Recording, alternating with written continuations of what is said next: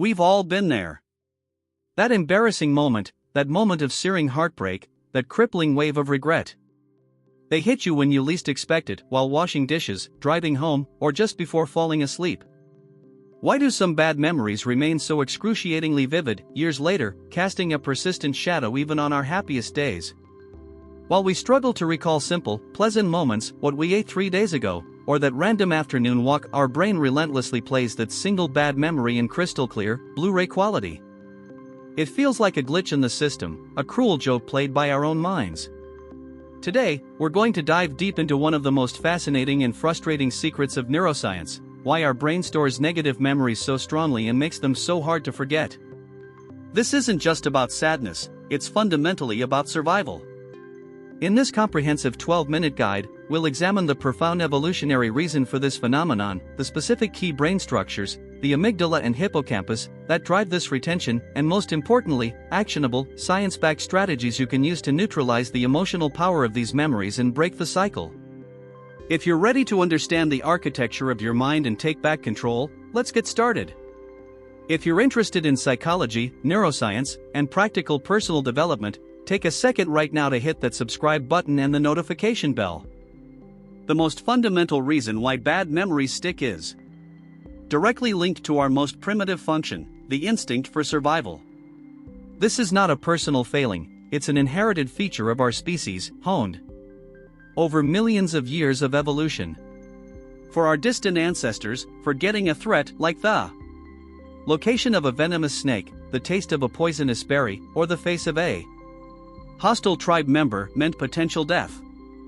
Forgetting a positive or neutral experience, however, carried virtually no survival cost.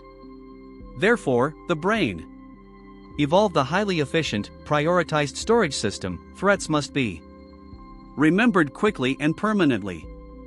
This prioritization mechanism is what scientists call the negativity bias, or negativity dominance.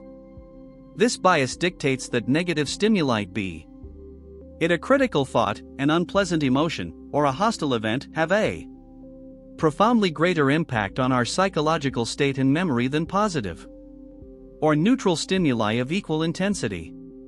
Consider these specific impacts. Attention. We notice and pay attention to negative things faster. You're more likely to spot the one person frowning in a crowd of smiling faces. Processing. Negative information is processed deeper and faster in the brain. A critical comment sinks in instantly, while 10 compliments require active effort to fully absorb. Memory. As we are discussing, negative events create much stronger, enduring memory traces. They are the sticky notes of the mind. Think about the modern news cycle. Why does bad news consistently dominate headlines and drive viewership? Because our evolved brain prioritizes focusing on potential danger. While this wiring saved us from predators, it now unnecessarily fuels anxiety and rumination about past rejections or failures. Understanding that this bias is an ancient tool trying to solve a modern problem is the crucial first step toward gaining perspective. Bunu tam olarak sever bana. To understand why these memories feel so powerful, we have to look inside the brain at the moment the event happens.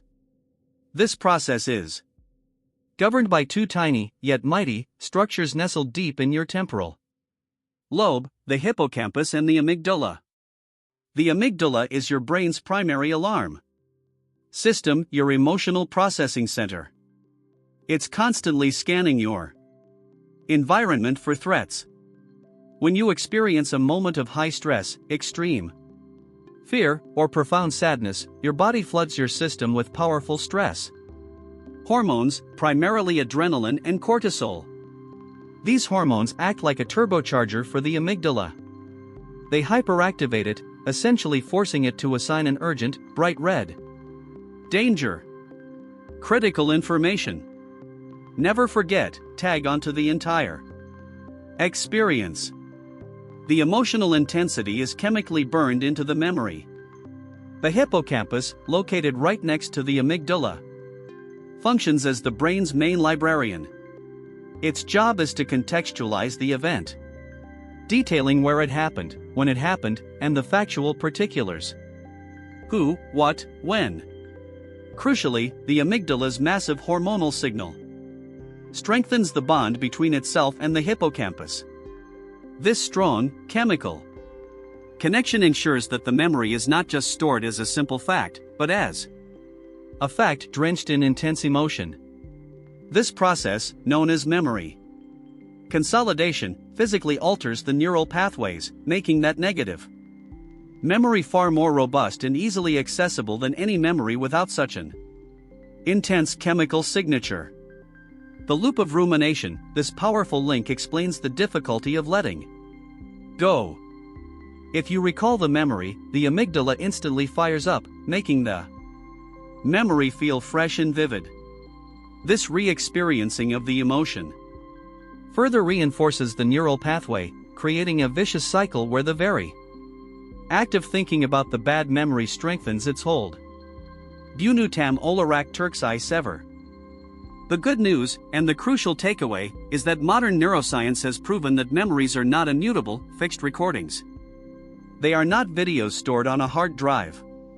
Every single time you retrieve a memory, a remarkable process called reconsolidation occurs. When you recall a memory, it temporarily becomes unstable and malleable for a few hours before it is saved back, reconsolidated. This process is the key to regaining control. It means we cannot literally erase the past, but we can actively change the emotional tag the amygdala placed on it. The factual event stays where it is, but we can decouple it from the intense pain, shame, or fear it currently carries.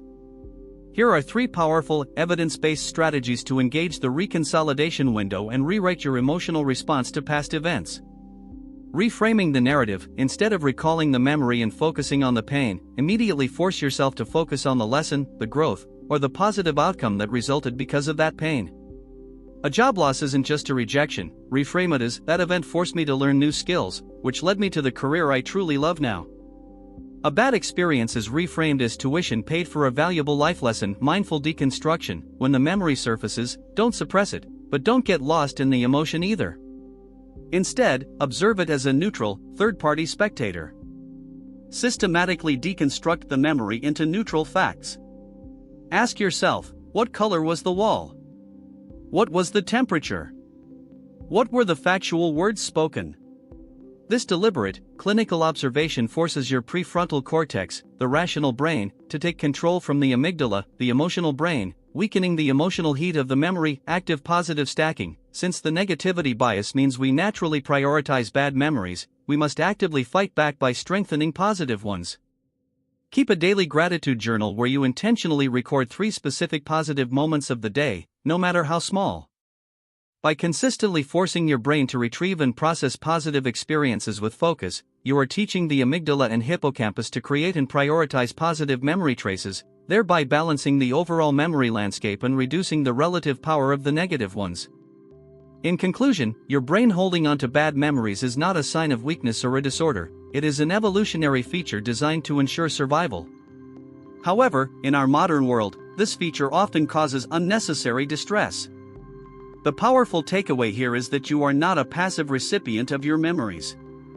Through conscious effort and strategies like reframing and deconstruction, you can actively manage the emotional impact of the past.